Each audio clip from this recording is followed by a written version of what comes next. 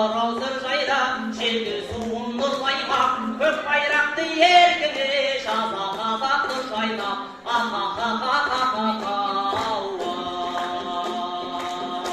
ай. Рахмет көптім. Ойлауан күшалым, беймен жәлім құшқарым, ұры саймақ байда дел, жаза Қазақстаным, ай.